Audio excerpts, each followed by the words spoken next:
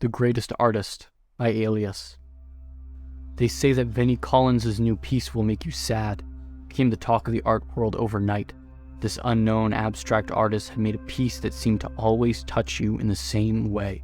Everyone that saw it agreed that the blue lines and little red boxes made them sad. Her next one after that made people angry, and the next happy. It was an impressive display of color, they said. A deep understanding of how to invoke feelings in a person, they agreed. As the work continued, the feelings got stronger, more potent. Someone destroyed one of her paintings. Afterwards, they said it was because they were jealous of it. People fell in love and proposed only to leave and realize they did not know the other person. Psychiatrists suggest looking at a Happy Collins painting once a day. She refused to sell any of them, do interviews, or even leave her home. She just sat in the tall, old house and painted. Every so often, a new piece would go to another exhibit, and it immediately became the most popular for miles. People would go cross-country to follow the paintings, as she only leased them to a gallery one at a time with strict time limits. They were regularly stolen, and black market art shows became very common for illegal Collinses. Galleries would give anything to get her pieces.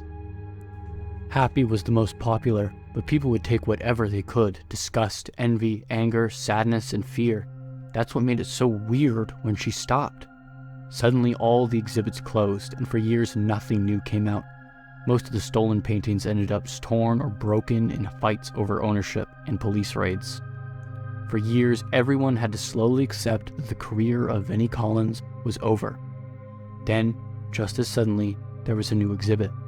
People paid millions to be there. Crowds gathered around outside just hoping they could peek through the windows. The room waited in suspense to see what had taken so long. As they prepared to reveal, the room fell silent, ready to be struck by this emotion more sharply and more intensely than ever before.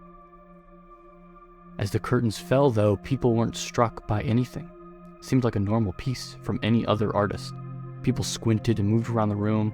Quickly, silence turned to overlapping conversations of frustration and concern and refunds. Then people noticed. She looked at it just right. You got this feeling. It was a weird feeling, something in the back of your mind that almost made you feel like the painting was saying hello.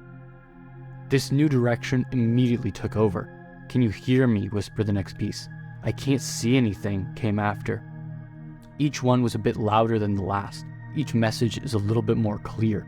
People became deeply invested. What does it mean? These unnerving messages. "I'm stuck in here," was all one could have interpreted from the orange circles and purple zigzags. The world was seized by discussion. What did Vinnie mean by this? Unless it wasn't Vinnie at all. Theories began to formulate. Maybe it was something else, something inside of her, something she forced to make this art. It all started to make sense. No human could do this. Surely it was a demon, or an angel, or an alien. Everyone had their own idea. As the pieces continued, people became more and more sure it was something. Until her last piece, "Help me," it said. The final wailing call made people leap to action. A massive crowd, thousands large, stormed Vinnie's house. They busted down her workroom door and dragged her out. No one could hear a word she said over the screams of the crowd. They didn't want answers. They didn't need them. They needed justice. With car keys and kitchen knives in their bare hands, they tore her open, hoping for some chasmous pit where she locked it away, where she thought they'd never find it.